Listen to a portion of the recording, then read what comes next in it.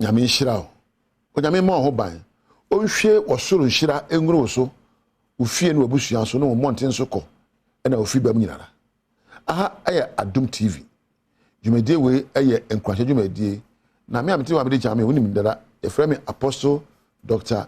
Nita Kotego ba wotwa ne kyawa aye Nita Kotego ma so ene de so ade edi kan a wanhwa obeyo na dan kwa be no ho ene say letting others tell us what we are worth, letting others become the judges of our lives.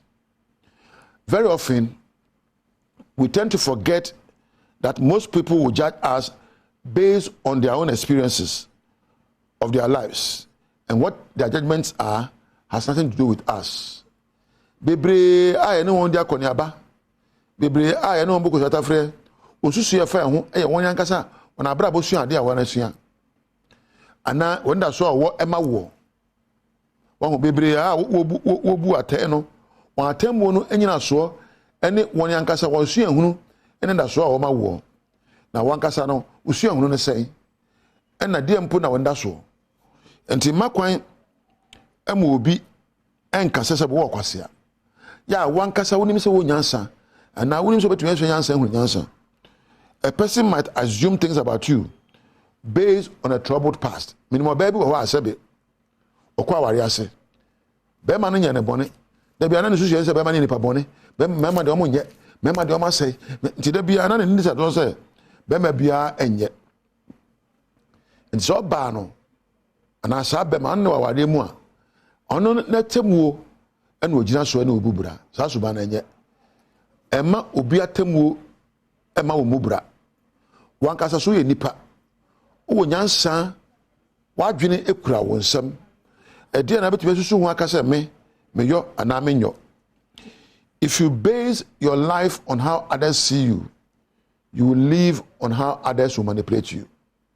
So abra bon sunsun so gina se de amanfo e kire kwa befa so e wo mu se amanfo be kire wa de de wo mu se amanfo na be tretre wo be num pempen so be se otumi gina brane e kasa e ha na mabra bo eko sei na mabra bo te pagidie pa hofama penyansa na pra ahobrase ni empo adesua na fa bu bra na ye nioma esefata ne kwanso na mmu yempo na echia wetima atrese no se wo yempo na de nkugu a wetima siesie no wo yempo na yamfom so a wetimi agina mfom so na no akase me yo ye na anye yi na mesa ye biom empanin se yo konsuo na bo anyina enti utimi ye na mpo ubo unyina wetima afa nyina fofo ba konsuo enyina ni panim emu ho abonfia enyina ni pakasa so enkase me de me mfata na nse be social media na obi ahihye no ho ye na anu me hu se ade bi aba se na manfo de mfo ni hyem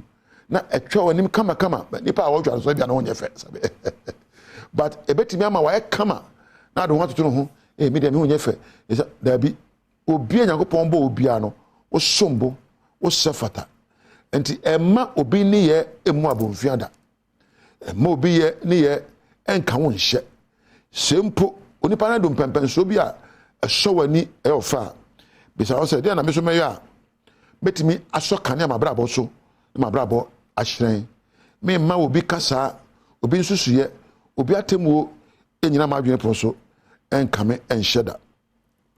You see, the moment you take the right paths on life, it doesn't matter how you take it, but once you're on the right path, you definitely achieve your aim. Whatever you feel you are doing is wrong, don't do it. Whatever you feel you are doing is right, do it. Don't base your perceptions about yourself on a larger perception or on the judgment of others. And susu abrabo ho enyina nipa dodo akwanso. Yana dodo akwano sebe emfa yedi ema. Wo susu ebia. Susu abrabo ho efa nia Yakobon ka sa woyo. O say you are fearful and wonderfully made. O sombo na wo wani. O say me yo say mesa so. Ka che on say me ametu na paye ne awie na nwumre. Me onyame ahyenso de. Na me so me sefata. Emfa ho se masua de adu akire. Emfa ho se me nsua de. Emfa ho se me wakura anama okuruka sie mu. Emfa ho se me te Ghana na me te amanane. Bebia me obia no me sombo na de be hia ne se me penyansa ene akade edebu me bra. mabra mo nyina so enye ne obi ka fa me ho mabra bo nyina so enye ne obi dwen fa me ho mabra bo nyina so ene se da me ho fa kwampa so nukuremu odoso ye die mu nyansam whatever you are to do, there are going to be those who always find something to say about it. Onipa dia be bia be kan wasam. Dia be bia etu te nipa no kasa wan hwa sabe obeto ba abrabom. What you need to do is to build your knowledge. Be patient hunu. Build your competencies. Obe pensa no you may be asombo and keep on upgrading your knowledge. Obe koso asua de na bu abrabo. Live your life on your own terms, legally and morally. Live your life on your own terms, legally and morally. Ye de sefata, ye de gina mraso, ye de so ani, ye de emu mraso, ye de ebeye onyankopon fe. Ense de tebia no, wo ye ne sede tebia na, wo benya obi ono ba ka kachi wayade. Forget about the naysayers. It is their job. Obu we ni ho nya fe, o ntimi nye ono sa na ye bo no. Da bia no hwe ne ma pananti. No akanipa wasem entie na kasada. Keep in mind that when you listen to such people, all they seek to do is to bring you down. Do not listen to them. When they say you can't do it, tell yourself, I can do it. When they say it's not possible, tell yourself it's possible. When they say you are not handsome, tell yourself, I'm the most handsome man. Keep in mind that not overacting or taking things too personally will keep your mind clear. And yen yama nipa beka nya na wefa ato say yaka debi esa na esu abrabo mo kwan yaka ntide obi wo so anopa na okukrom kwa matana me hye beka sa ho mpabo ye ne sefata na nya gide na siabontene na kwa de abaye no na wanya ne saa obesi abrabo mo kwan. There's great freedom in leaving others to their opinions as long as you live based on morals and based on laws. Unya fa hodie mapa.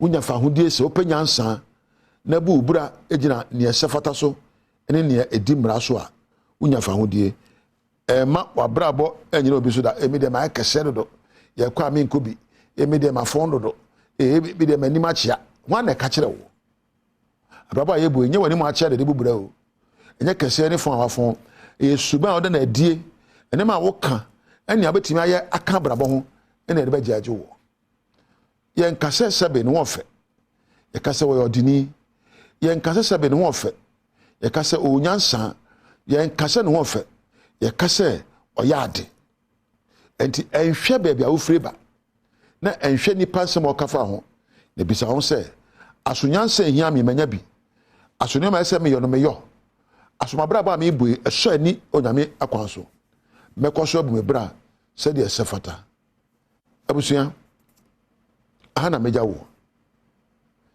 ejiri se nyame no kan obetie ayo na kwanso na dan kwa mudu kompo ankwa chi se metie nipa anu asem ama me nsa sifom da bida tie omu tie nyame ne tie nyansa kwan wa mu kompo anfa nuhu antawiase unim dada uma me na da chehene aye me producer ase na me na empo osmosis noise ono ye sound na me ko MC ara me na o ase me mra lighting floor manager na me na camera so ase na wo a wonya akwanhwe me de enhira ebe wo de abribiara mi am de djumate ediam yeso ni tekotego me ko na Adom TV ye na djuma pa na bedi so Badwam djumade na di so yi ti meja ha woni onyame entina